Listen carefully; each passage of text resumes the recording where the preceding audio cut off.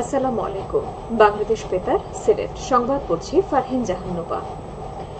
দেশে টিআইএন বা করদাতা শনাক্তকরণ নম্বরধারীর সংখ্যা বাড়ছে।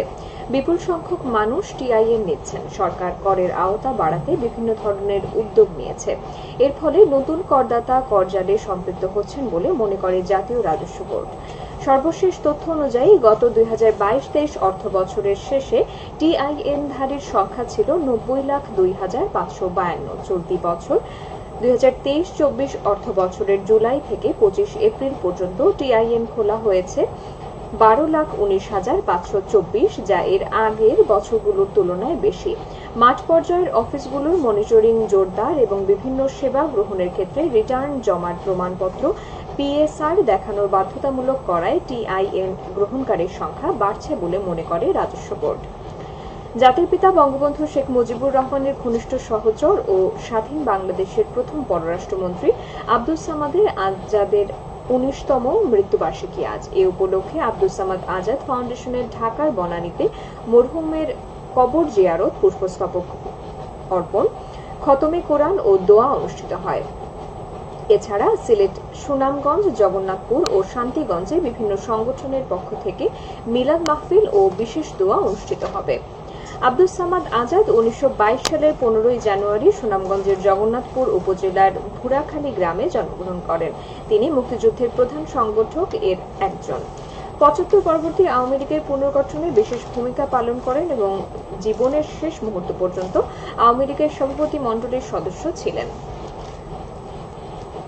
1996 সালে আওয়ামী লীগের মন্ত্রিসভার সফল পররাষ্ট্রমন্ত্রী হিসেবে দায়িত্ব পালন করেন। 2001 সালের শেষ নির্বাচনে আব্দুস সামাদ আজাদ সুনামগঞ্জ 3 আসনে বিজয়ী হন। 2005 সালের 27 এপ্রিল তিনি মৃত্যুবরণ করেন। অবিভক্ত বাংলার মুখ্যমন্ত্রী শেরেবাংলা একে ফজলুল হকের 62তম মৃত্যুবার্ষিকী আজ। তিনি 1962 সালের এই দিনে মৃত্যুবরণ করেন। শেরেবাংলা একে ফজলুল হক 1873 সালের 26 অক্টোবর ঝালকাঠি জেলার রাজাপুরের সাতুরিয়া গ্রামের মিয়াবাড়িতে জন্মগ্রহণ করেন।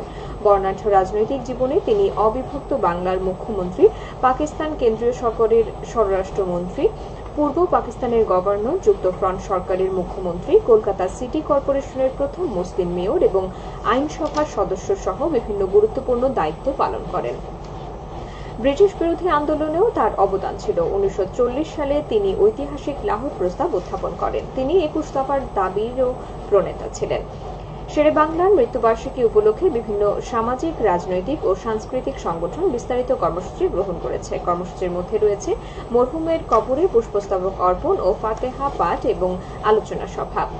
মৌলভীবাজার কোমলগঞ্জে গতকাল থেকে 3 দিনের আয় বর্ধনমূলক প্রশিক্ষণের উদ্বোধন করা হয়েছে। সকালে বিআরডিবি হল রুমে পল্লী উন্নয়ন ও সমবায় বিভাগের অতিরিক্ত সচিব ডক্টর হুমায়রা সুলতানা এর উদ্বোধন করেন। এতে উপজেলার 25 জন প্রশিক্ষণার্থী অংশগ্রহণ করেন। পরে তাদের মাঝে 12,05,000 টাকার ঋণ প্রদান করা হয়। বাংলাদেশ পল্লী উন্নয়ন বোর্ড এর আয়োজন করে। মৌলভীবাজার প্রখর রোদ থেকে শিশুকে দূরে রাখুন, ডায়রিয়া, হিটস্ট্রোক প্রতিরোধে পর্যাপ্ত পানি ও তরল খাবার গ্রহণ করুন শীর্ষক অবহিতকরণ সভা অনুষ্ঠিত হয়েছে গতকাল সকালে সরকারি উচ্চ বিদ্যালয় অডিটোরিয়ামে আয়োজিত এই সভায় প্রধান অতিথি ছিলেন সংসদ সদস্য জিল্লুর রহমান। জেলা civil surgeon doctor Chowdhury Jalal Uddin মোর্শেদের সভাপতিত্বে বিশেষ অতিথি ছিলেন অতিরিক্ত জেলা প্রশাসক আব্দুল হক ও মৌলভীবাজার পৌরসভার মেয়র ফজলুর রহমান। এতে বিভিন্ন শ্রেণী ও পেশার 5 শতাধিক ব্যক্তি উপস্থিত ছিলেন। স্বাস্থ্য অধিদপ্তর এর আয়োজন করে। প্রবাসী কল্যাণ ও বৈদেশিক কর্মসংস্থান মন্ত্রণালয় সম্পর্কিত সংসদীয় স্থায়ী কমিটির সভাপতি ইমরান আহমদ এমপি আজ সিলেট সফরে আসছেন। তিনি বেলা 12টায় আনফরের ভাঙায় নির্মাণাধীন ব্রিজের এবং বিকাল 3টায় গোয়াইনঘাট জিসি নন্দীরগাঁও ইউনিয়ন ভায়া জুলুরমুখ বাজার রাস্তার পুনর্নির্মাণ কাজের অগ্রগতি পরিদর্শন করবেন। পরে বেলা 3:30টায় গোয়াইনঘাট উপজেলা হলরুমে ভুট্টা মাড়াই যন্ত্র এবং বিনামূল্যে বীজ ও সার বিতরণ করবেন।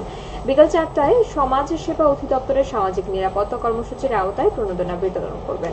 আগামীকাল সকাল 10টায় জৈন্তাপুর উপজেলা হলরুমে বিনামূল্যে বীজ ও সার বিতরণ করবেন এবং বেলা 2টায় খাগাইল পিআইও ব্রিজ হতে খাগাইল বাজার পর্যন্ত রাস্তা পর্যন্ত এইচবিবি রাস্তা উদ্বোধন শেষে বেলা 3টায় স্থানীয় সরকার প্রকৌশল অধিদপ্তর কর্তৃক নির্মিত টুকের বাজার মার্কেটে উদ্বোধন করবেন। পরে বিকাল 4টায় কোম্পানীগঞ্জ উপজেলা পরিষদ হল রুমে বিনামূল্যে বীজ ও সার বিতরণ করবেন। এবারে শুনুন কৃষি সংবাদ। সুনামগঞ্জে বোরো ধানের বাম্পার ফলন হয়েছে। অন্য বছরের তুলনায় এবছর হারভেস্ট মেশিন দিয়ে অল্প সময়ে ধান ঘরে তুলতে পেরে খুশি কৃষকরা। ইতিমধ্যে হাওরের 70 ভাগ ধান কাটা শেষ হয়েছে। 30 এপ্রিল এর মধ্যে সুনামগঞ্জ জেলার সকল হাওরের ধান কাটা প্রায় শেষ হবে বলে জানিয়েছেন জেলা কৃষি সম্প্রসারণ অফিস। ধান উৎপাদনের লক্ষ্যমাত্রা ধরা হয়েছে প্রায় 13,70,200 মেট্রিক টন, যার বাজার মূল্য 4,102 কোটি টাকা। খেলার খবর, ক্রিকেট। সিলেটের দ্বিতীয় বিভাগ ক্রিকেট লিগে আজ ইয়াং ভিক্টর ক্লাব জালালাবাদ ক্লাবের মোকাবেলা করবে। গতকাল শিক্ষার্থ পায়োনিয়ার্স ক্লাব 8 উইকেটে ব্লু নবাগত ক্রীড়া চক্রকে পরাজিত করে। প্রথমে ব্যাট করে ব্লু নবাগত ক্রীড়া চক্র 23 ওভার 3 বলে সবকটি উইকেট হারিয়ে 70 রান করে। জবাবে শিক্ষার্থ পায়োনিয়ার্স ক্লাব 11 ওভার 3 বলে 2 উইকেট হারিয়ে জয়ের লক্ষ্যে পৌঁছে যায়। এবারে ফুটবল। সিলেট সদর উপজেলার খাসরগাঁও মাঠে পপুলার যুব সংঘের আয়োজনে ফুটবল টুর্নামেন্ট নাথবাদ ফুটবল একাদশ চ্যাম্পিয়ন হওয়ার গৌরব অর্জন করেছে। স্থানীয় মাঠে গতকাল ফাইনাল খেলায় তারা 2-1 গোলে বানাগাঁও স্পোর্টিং ক্লাবকে পরাজিত করে। সবশেষে আবহাওয়া।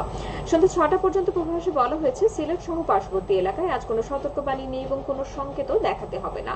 আজ সিলেটে সূর্যোদয় হয়েছে 5টা 20 মিনিট এবং সূর্য অস্ত যাবে সন্ধ্যা 6টা 21 মিনিটে। সংবাদ শেষ হলো। আমাদের পরবর্তী স্থানীয় সংবাদ প্রচারিত হবে বিকেল 4টা 30 মিনিটে।